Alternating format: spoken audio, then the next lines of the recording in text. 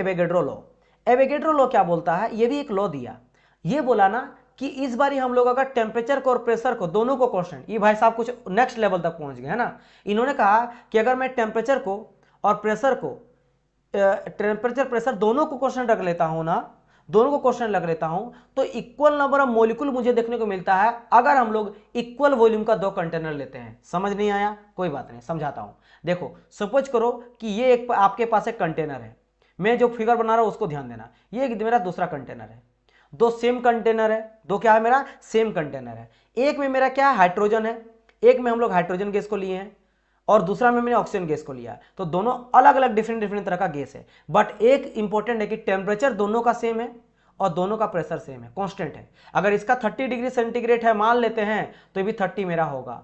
अगर इसका प्रेशर मेरा है मान लो 10 बार है, तो इसका भी मेरा प्रेशर क्या होगा, प्रेशर इक्वल टू 10 बार होगा। तो ये दोनों मेरा कांस्टेंट रहता है।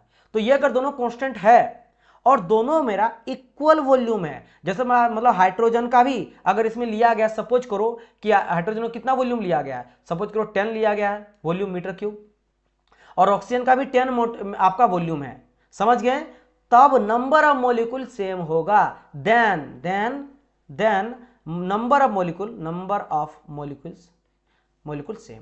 समझ गए, मतलब इसमें सब कुछ सेम सेम का बात करा गया है। फिर से आपको समझा देता हूं, आपको क्लियर हो जाएगा, पक्का है। देखो मैं क्या कहा कि अगर टेम्परेचर प्रेशर दोनों का सेम रहा और इक्वल वॉल्यूम लिया गया गैसेस का, बट अलग अलग गैस है, एक में हाइड्रोजन गैस लिया गया और एक में हम लोग ऑक्सीजन गैस लिए, एक में क्या लिए हाइड्रोजन गैस, एक में ऑक्सीजन गैस, लेकिन दोनों एक जैसा लिए, मतलब इसमें भी लिए हम लोग, जैसे यहां देखो 50 ml लिया गया है, तो अगर 50 ml हम लोग हाइड्रोजन लिए और 50 ml ऑक्सीजन लिए, लेकिन है तो ऑक्सीजन अलग हाइड्रोजन अलग, लेकिन दोनों का अगर प्रेशर और टेम्परेचर सेम रहेगा तो इसके अंदर का जो मॉलिक्यूल रहेगा वो सेम रहेगा। जैसे अगर हाइड्रोजन में सपोज करो मेरा 1000 मॉलिक्यूल है, 50 ml में 1000 मॉलिक्यूल रहेगा हाइड्रोजन का, तो इसमें भी मेरा 1000 मॉलिक्यूल रहेगा ऑक्सीजन का ही, अगर टेम्परेचर प्रेशर सेम है और इक्वल वॉल्यूम लिया गया है तो।